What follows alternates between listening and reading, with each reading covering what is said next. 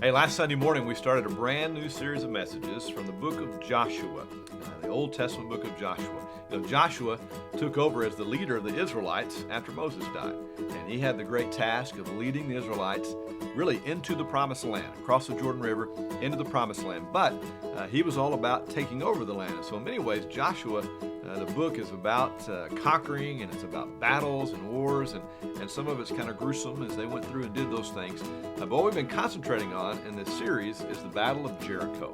And that's one that we all learn about as children, and the walls around Jericho were humongous, and they fell down, and the people went in. But what we're doing is, in that battle, we're finding some steps that we can take to dealing with difficulties in our lives, because we all have Jerichos. We all have walls that come up in our lives. Sometimes they're financial, sometimes they're relational, sometimes they have to do with your career, or with your parenting, or grandparenting, whatever it is. But we all got walls, we all got difficulties. And last week, we saw step number one, and that was to keep your focus on the greatness of God instead of on the size of your problem. If you missed that message, I encourage you to go online and listen to it. But this week, we're going to look at step number two.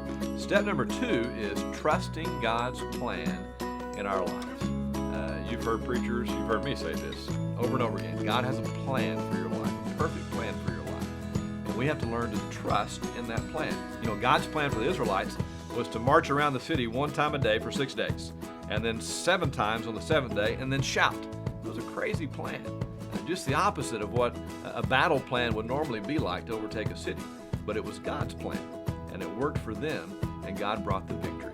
Well, God's got a plan for our lives, and sometimes it may seem crazy, sometimes it may seem a little silly to us, but when we trust God's plan, that's when He does great things in our lives. That's what we're going to talk about this coming Sunday morning. So I hope you'll come. Hope you bring somebody with you, maybe that's going through a difficult time in their lives, so they can learn how to put these steps into practice. And they too, like the Israelites, can see the walls of difficulty come down in their lives. You know, we're getting close to Thanksgiving now.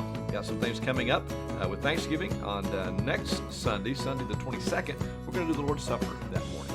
I can't think of a better way to say thank you to God than remembering the sacrifice that His Son Jesus Christ made for us on the cross. And so that Sunday morning, both of our services will be observing the Lord's Supper. So I hope you'll join us then. I hope you're having a great fall, getting ready for the holidays. Lots of fun things going to be happening here in our church. Lots of great ministry opportunities. Elf Shelves, without a doubt, is one of the best ministries that we've had in our church for the last several years. And we're collecting toys this month.